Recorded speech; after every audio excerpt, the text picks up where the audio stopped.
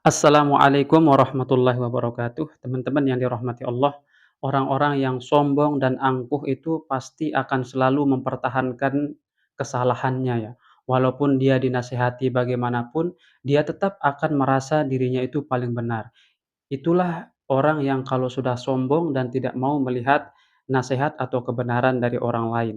Dinasehati untuk belajar bahasa Arab kalau mau ngomong agama, malah dia mengatakan itu orang Dubai pinter bahasa Arab tetapi banyak terjadi kemaksiatan di sana gitu ya. Kan Arab sana ada yang membuka aurat. Di Dubai, pantai-pantai Dubai, banyak juga orang yang pakai bikini, teman-teman. Berbahasa Arab setiap hari. Jumlah kemaksiatannya juga tinggi, teman-teman. Belajar bahasa Arab dulu biar paham agama. Dikira paham agama itu harus berbahasa Arab. Terus dia bawa-bawa lagi temannya ya, yang TKI berangkat ke Arab sana dari Indonesia ndak bisa bahasa Arab tapi pulang-pulang dari, Arab Saudi dia langsung jago bahasa Arab. Arab bahasa Arab, ngomong bahasa Arab. Saya ada temen TKI, teman-teman, ya, dia itu dari Indonesia nggak tahu sama sekali bahasa Arab, merantau ke Arab Saudi, pulang-pulang jago bahasa Arab, teman-teman. Nggak perlu mondok ratusan tahun untuk baca kitab kuning, kitab gundul, cukup merantau ke Arab Saudi, pulang bisa baca kitab kuning. Ini pembelaan dari orang yang bodoh tetapi tidak sadar akan kebodohannya ya. Dia sama sekali tidak menyadari kebodohannya sehingga tetap merasa pendiriannya itu adalah di atas kebenaran. Baik, akan kita bahas satu-satu ya. Yang pertama, dengan memahami bahasa Arab tidak serta-merta kemudian membuat seseorang yang pandai bahasa Arab itu terlepas dari kemaksiatan. Kemudian yang kedua, masalah orang TKI pergi ke Arab kemudian jago bahasa Arab. Begini ya, saya ini jurusan bahasa Arab ya. Di dalam bahasa Arab itu ada bahasa Arab amiyah, ada bahasa Arab fusha.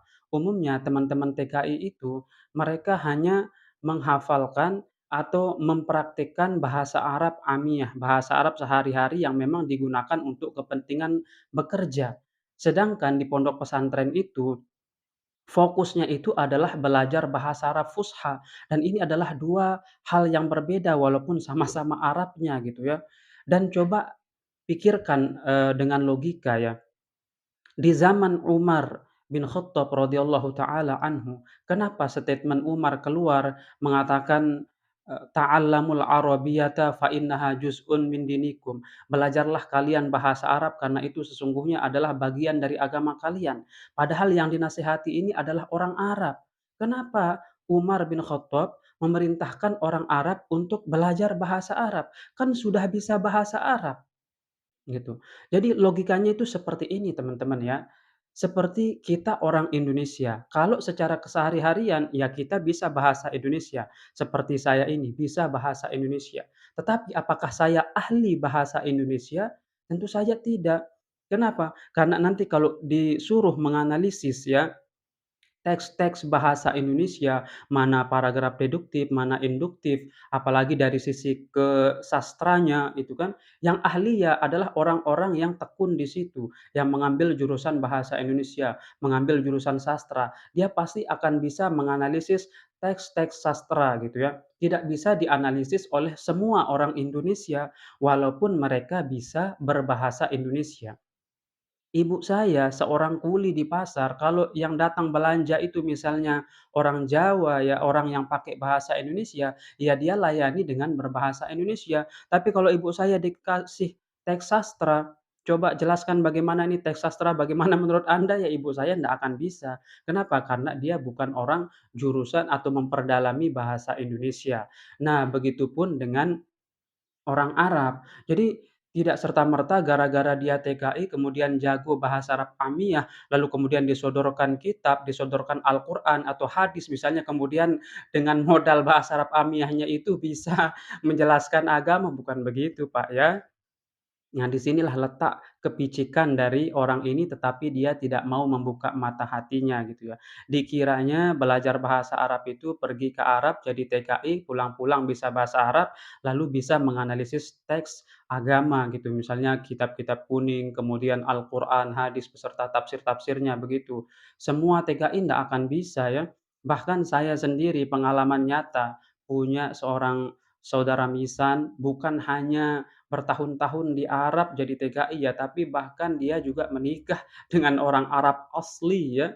Tetapi tidak bisa ketika saya kasih teks Arab, ya, kitab kuning ini, kitab-kitab fikih saya yang di atas ini, saya kasih, ya dia ndak bisa, membacanya pun ndak bisa, membarisinya pun ndak bisa. Tetapi kalau ngomong Arab yang amiyah, ya jelas bisa, "Taghallah taghallah," macem dia bilang gitu ya.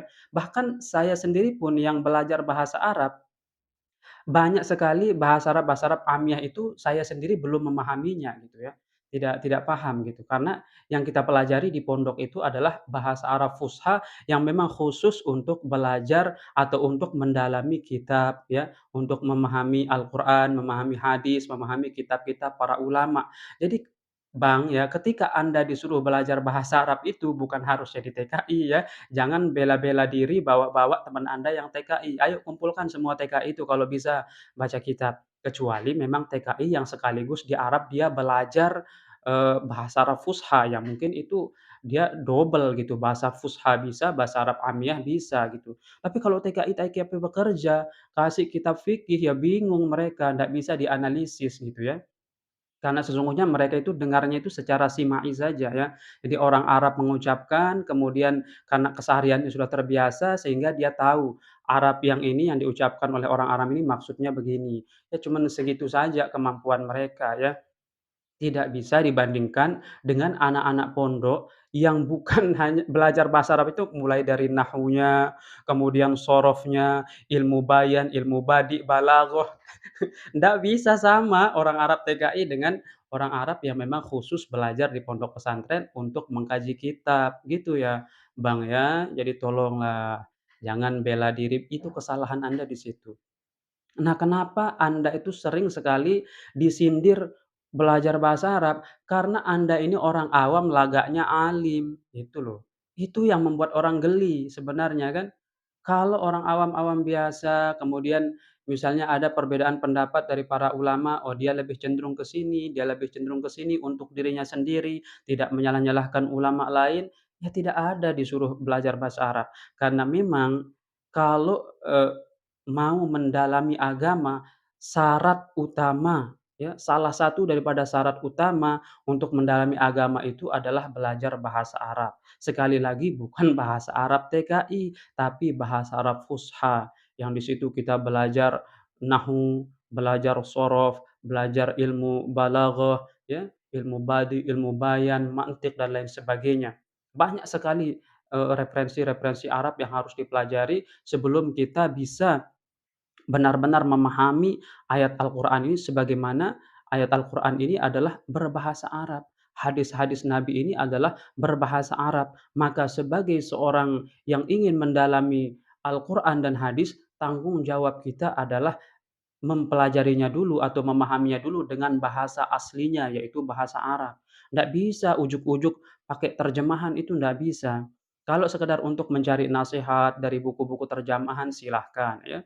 Untuk misalnya mau tiba-tiba diminta khutbah, mau cari referensi khutbah dari terjemahan, ya silahkan.